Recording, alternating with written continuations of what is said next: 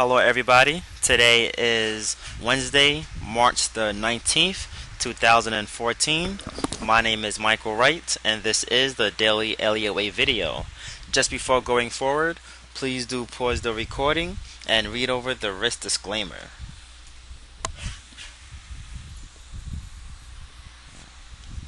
Alright, so let's jump right into the market. We currently have two open trades. One is already posted in the members area. We'll go ahead and post the other one following the recording of this video. But one being the pound dollar. Right now we have moved stops the pound dollar to 166 flat. I will go ahead and show the developments. But here, this was the reasoning behind the short. We took it at 166.22.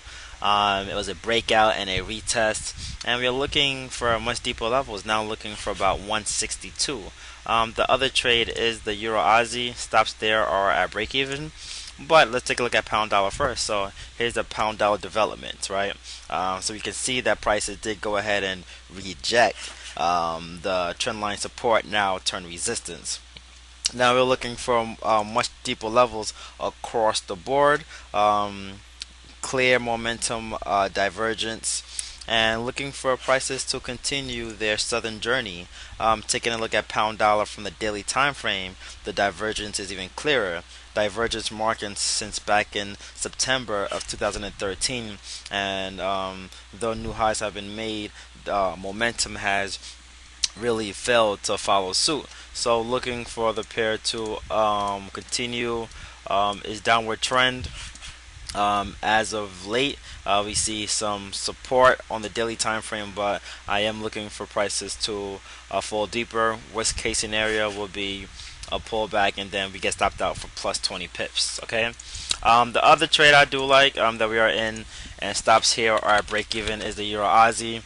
Euro Aussie held up by the 4-hour trendline support zone. We almost got stopped out on this wick, but nice reversal and looking for 156 about. Okay, that will mark a clear measured move, and at the same time that area is also very close to the 78.6% Fibonacci retracement on the 158.30 to the 149.80 down move. So with that being said, yes, looking for the pair to push higher in the upcoming days to couple weeks. All right. Now, with that being said, looking forward, we are actually now looking for Kiwi dollar for shorts. Kiwi dollar has rejected pretty nicely the 261.8% Fibonacci retracement. Is a retracement, but at the same time is really an extension. So pretty clear there. With that being said, you can also look at the Kiwi dollar from the 4-hour Ichimoku perspective as well. And at this point, we're looking now. We will see further downside risk, in my opinion, so long as the Kiwi gets below the Ichimoku cloud, the Kumo, and that is around 84.80 about. Alright, so watching for that for some zones there, and then we also have a similar key point for the Aussie. Now, one strategy that I really like is the taking Kijin crossover, and we have actually I'm going ahead and witness that. That on average is indicative of further movements in the favor of that direction, and right now that direction is to the downside. So bears, in my opinion, are in control against 91.40. So against new highs, we will look for the pair to continue painting that bearish picture.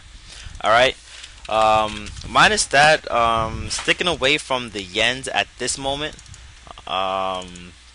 Yens are a bit interesting. One pair in particular that I really do like is the pound yen. Actually, if the pound yen could make some moves to the back test, come back and back test that resistance now, that support now turn resistance somewhere near that 171.60 area, and then at the same time from a Fibonacci perspective, that's just around the 61.8% retracement as well.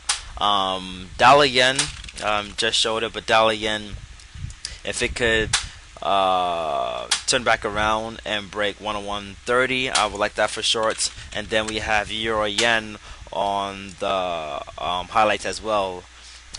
Looking for euro yen to make a forward close just below 140.130. However, we cannot rule out further gain so long as this floor holds around 144. So unless support is broken, 144 could be seen, but I'd rather stay pat and wait for a potential break on the euro yen. So just in the short term, looking for Kiwi dollar for shorts, and then we'll look for an attack towards much deeper levels. Reason being, we still have some open gaps down below that still have to get filled. So we will be eyeing those largely. We have one big one around 77.30, and then a deeper one on the daily time frame. But let's start here and see how things do develop. Okay, guys, want to thank you all for watching the daily Elliottwave video. If you have any questions, please feel free to Skype me at wtcg.mike, or you can just jump in the chat room and I will talk to you there.